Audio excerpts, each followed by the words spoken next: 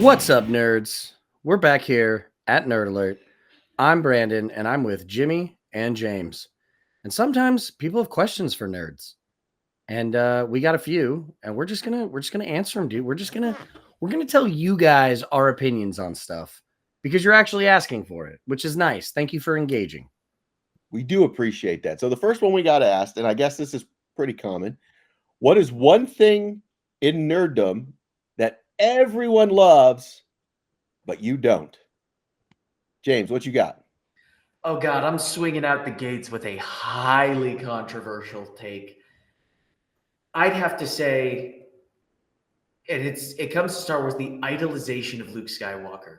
I just don't get it. So many people on the internet hold him up as like this paragon, and I'm like, I just can't see it. And maybe it's because I have a different perspective on Star Wars, and I don't see Luke Skywalker as like the great myth and legend that everybody else does. But I can't see it the same way. And it's just something everybody else loves. And it's like, I just don't see it the same way.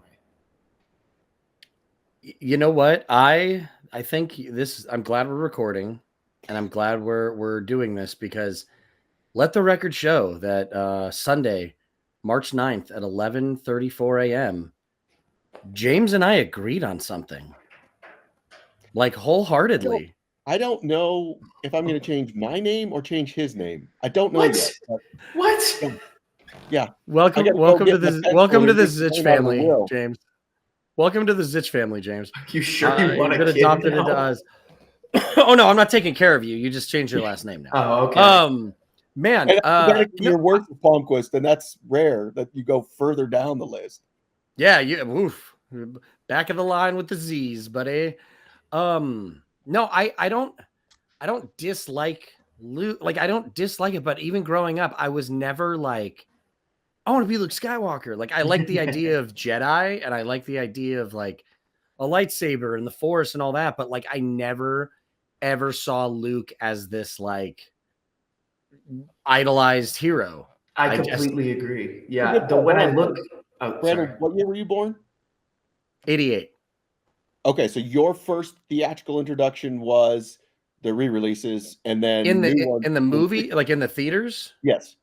When oh my god, hold on guys, like when they came out originally to own, it was VHS before it was DVD when Oh, they you didn't go re-released Betamax? them. I kept trying to get a laser disc for my parents, trying to get me a laser disc, and they were like, "Why are you being so weird?" Oh, But I that's mean, why I I'm grew up asking. watching them, but I just never found him to be like, No, and I yeah, get it. And like that's why I'm a asking, because James, obviously, 2005, so Revenge of the Sith, right when you were born. But your theatrical ones were any kind of. I think we went and saw Phantom Menace to be released, but then it wasn't really until the new ones came out that you saw them in theaters. That's why I'm Exactly. just getting a gauge and where everybody's Luke Skywalker adventure started. and like I don't not like Luke, but I just never was like I want to be Luke Skywalker in the same way I was like I want to be Batman or I want to be the X-Men or you know what I mean? Like I just it's funny, I never really thought about it until probably when we started doing Nerd Locker for the first time that I was like I never saw him as like a hero. I always thought Han was fucking awesome. Like Han was like who I was into in those movies. No, I completely agree. Maybe not in the Han. I really can't think of like a single character I'd want to be necessarily, but it's like I see Luke as like the tragic hero that it's like you have no choice. You literally got shafted by destiny twice over that you have no choice but to kind of like be the catalyst for the original chosen one. And it's like it's in that way, it's like I don't want to be that kind of hero. I don't want to be the person who's forced to do this because fate commanded you to, and some old fart in the desert said, "Yeah, sure, whatever." Yeah, but hey, but also he was about to lose. That is true. That is He true. was about to lose, and the Empire would have won. You don't know And that. then yes, you do. Darth freaking Remember Vader. when he's on the floor just Just writhing in because pain, going, some stupid stormtrooper panics, oh no, and flies out of the Death Star and accidentally hits Darth Vader, all because Han Solo showed up. You don't know Luke still wouldn't have gotten that shot.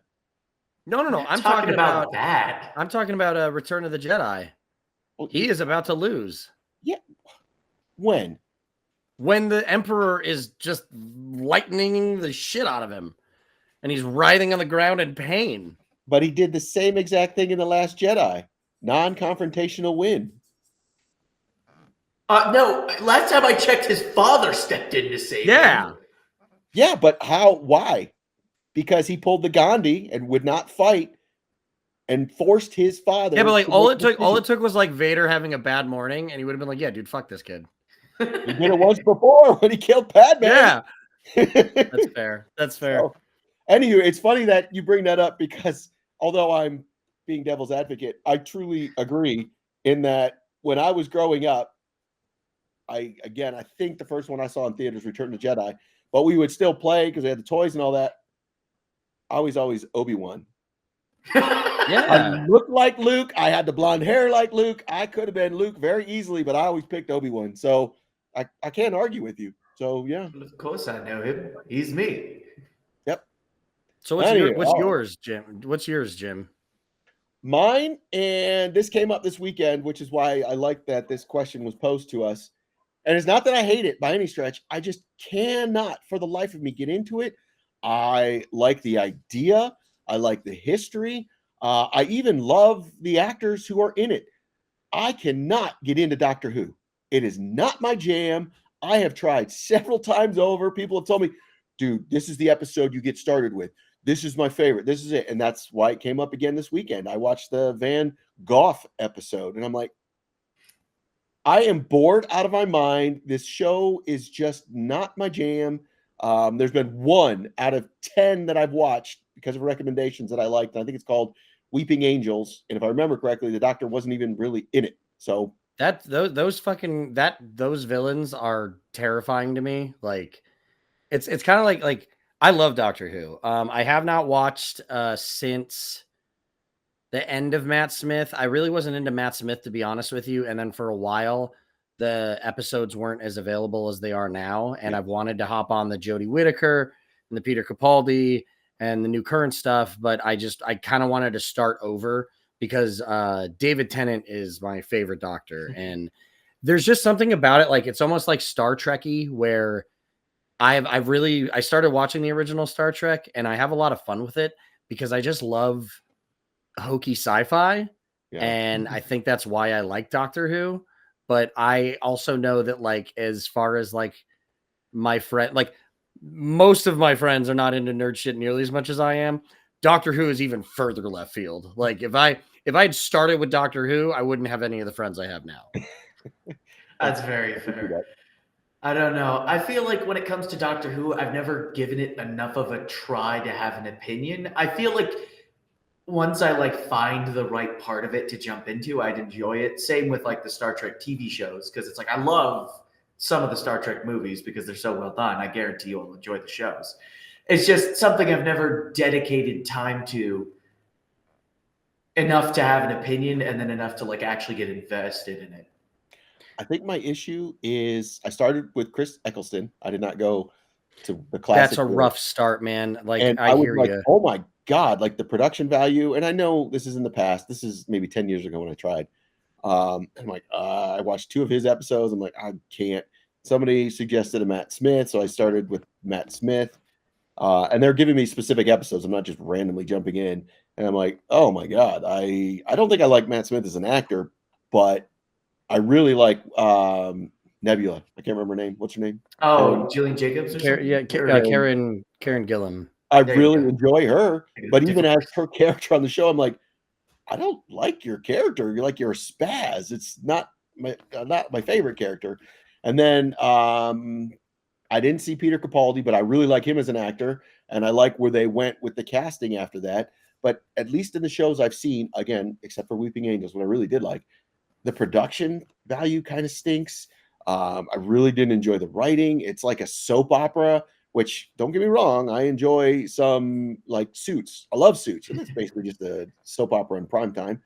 But I just cannot get into it. Like the Van Gogh one, that's Matt Smith keeps saying it like that. Maybe that's the current way to say it, but I say Van Gogh, was like an after-school special teaching me about Van Gogh and his art. I'm like, why do I want to watch this? That was a cool one because you had Bill Nye in it, but like that was like Well, it's written by the kinda dude who did Love cringy. Actually, which I love. It's like, Yeah. I can't. I'll tell you, like, I'm a like completist. I have to watch season 1, episode 1 to the last episode. Even when I do rewatches of shows I don't like, if the first season's hard, I still kind of force myself to get through it, and that's just my OCD. But man, the Eccleston stuff is hard to get through. And it sucks because that was it coming back from a break, because there was the doctor before him, I think, was just used in a one-off movie. I believe So I they heard that. ended the TV show. They did a movie because this whole thing is he regenerates, so it can always be a new actor or a new person or whatever. But this was them trying to get back on track, and that whole season, you can tell they weren't sure how they wanted to play it. If they wanted to be goofy, if they wanted to be serious, and it just sucks because it's like it if you tell people to start there, it turns a lot of people off. And even Tenant jumping on some of the early stuff, it takes a while to really get moving.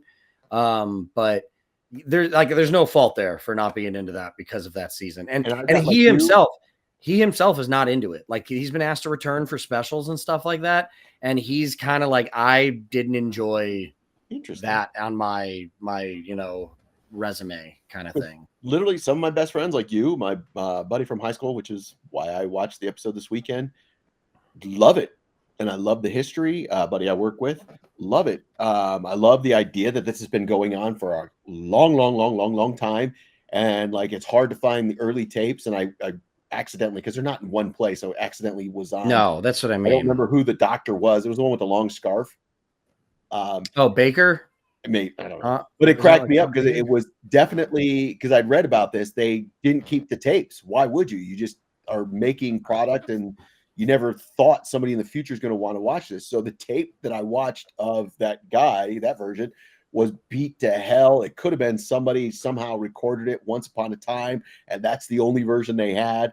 I do remember there was like an American Doctor storyline, and then that actually got put into canon. So I love the history of the show itself and how the Doctor works. But every time I sit down to try and watch it, it's like, dude, it's like pulling teeth, man. I cannot get into this. I mean, listen, harsh but fair. But and now you, Brandon, why do people like this? Now this is fun because, James and I agreed, and now you two get to be on the same side again. Because I don't hate, but I'm just not into as much. I feel like I was, and then I was pushed out of it. But Deadpool, man. You're currently on the outs? I've always been on the outs just because You're right. He's I don't dislike him. I just dislike that he is this character that people would glom onto that didn't read, and just like, oh yeah, because he's so funny and blah blah blah. And it's like, it was almost like because he was really popular again. It's actually funny. I was at Maximum Comics the other day. I was grabbing some books, and there was a kid there who probably like younger than James, and he was like, man, it's so cool to see Deadpool finally getting the spotlight. And I turned and I was like, young man, I was working here before you existed, and Deadpool was being shoved down our throats. I like said a year when I worked there. He's like, oh, that's before I was born. I was like, yeah, Deadpool's had the spotlight for decades now. And when it really started taking off, I think because I worked at a comic book store, I kind of pushed me on the outs with him, because when he started picking up speed, I remember it was Cable and Deadpool. It was an ongoing series. It tied into Civil War. And then Deadpool was, he appeared in Wolverine Origins, this book that Daniel Way was writing. And he found a way to kill Wolverine. Like, he found like a warehouse, put a pool in it, paid the rent for like 30 years on it, or like, whatever. So no one would ever find it, whatever. Put Wolverine tied up, chained at the bottom of the pool, dead. He's killed him. He's got it. And it was really interesting. And then that spun off the Deadpool series. And then because he was so popular at the time, Jeff Johns was running Green Lantern Corps. So they did the Deadpool Corps. Like that's where that came from. It was spoofing that. They were actually going to bring, because if you bought any of the Green Lantern books, you could get like a ring. I have them all right there, but like all the different spectrums or colors of the emotional spectrum or whatever. They were going to do the Deadpool Corps book with a brown ring. And then I think DC hit them with a cease and desist or something, or plagiarism, whatever. But I mean, he's been popular for that long. And it was just, it's always like, here he is in this special, here he is in this, here he is in that. We're going to throw him in this book. And it's just like, enough. And he was always popular. He was popular around the time Dane Cook was. And I always called him the Dane Cook joke, because it was like, if you watched his stand up and thought it was funny, that was one thing, but then you'd have to hear everybody else tell you the joke. And I'm like, yeah, dude, I read the Deadpool book. I got it. And they're like, yeah, but did you see when Deadpool was talking to you? And then he said this. And I'm just like, it's funny to hear your timeline and me realizing and this happened to Bishop. When you told me what happened to Bishop, I was like, are you kidding me? Like, your era of working in the comic book shop is like when I took a break from comics. So I don't know that going on with Deadpool. And I've never worked in a comic book store, so I didn't get inundated with that like you are. But my knowledge of Deadpool and Bishop and X-Men and all comics really goes away early 2000s. 2003, 2002. Yeah. Jesus Christ, James, when's your birthday? Oh yeah, that's right. Kids and adulting are the problem. Wait a second. There's a it's connection weird. Here. Yeah, weird. So like I remember when he first came out, and it was fun, but he was just an assassin, and it was very blatant that he was a ripoff. And Rob Liefeld wasn't as annoying at the time because he was still Marvel. He wasn't Image like everybody. You didn't know him, I should say.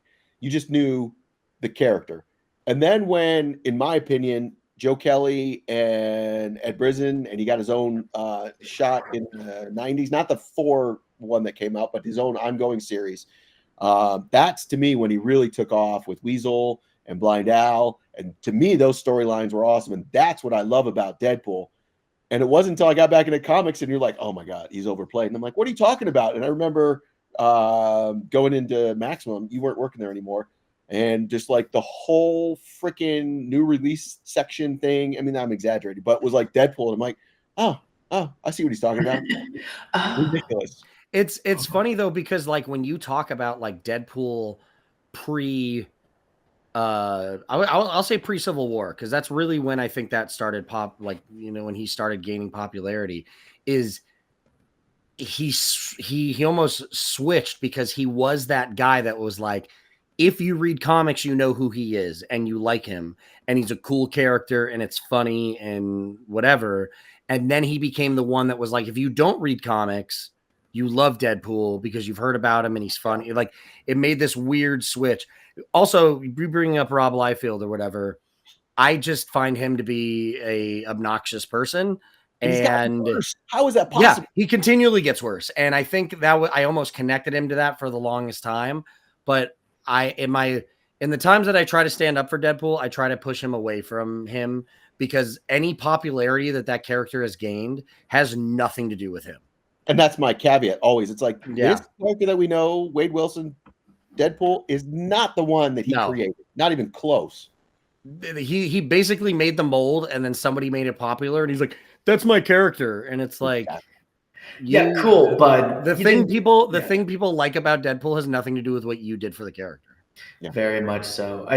I can definitely get behind being frustrated with people glomming onto a character they have never read anything about. It frustrates me to no end when I go into nerddom, especially with like my favorite game series, Final Fantasy. And people are like, oh yeah, I love Cloud. And I'm like, have you played Final Fantasy VII? They're like, no. And I'm like, then don't say that, because you don't know who the character is. Don't glom onto a character without having like read or played or watched their source material, because that doesn't mean anything that you can just say, oh yeah, I like this character. It's like, okay. Well, you read an article online and they're like, oh cool, I like this character now. And it's like, you're taking away from like actually reading the story, which is like getting the dialogue, understanding the story, seeing the art. Art's the biggest thing about this. Like, and you're denying yourself a good time yes, because you could easily read it and really enjoy it, but instead you'd rather just not. And it's like, I don't get that mindset in nerddom that it's like, okay, but like set down some time to just read some introductory material. But that's funny you say that. And going back to Brandon's comment about being a completist, if I was to tell somebody to start with Deadpool, I would not go with New Mutants. Maybe his one-off 4-shot series, maybe, but I would start with that ongoing series in the 90s. I would not do the New Mutant era. yeah, I would say that, or even like the Daniel Way stuff. Like that's when he started taking off, and those were good Deadpool stories. Yeah. And it's not that there hasn't been good Deadpool books since then. There's been great Deadpool books.